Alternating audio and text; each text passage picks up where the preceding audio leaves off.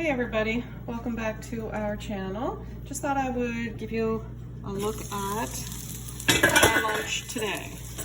So I have roasted tomatoes. I cut these into quarters, used a little bit of avocado oil and salt, pepper, popped them in the oven for about 30 minutes on bake 400, and then switch to broil just for about a minute, just to finish them off. And also having some salmon. I have one salmon cooked in a little bit of avocado oil I used today.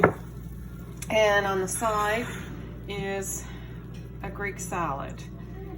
So I skipped the dressing on the Greek salad today because I'm going to put some roasted tomatoes on it. So it's a cold Greek salad, but with piping hot roasted tomatoes. There we go.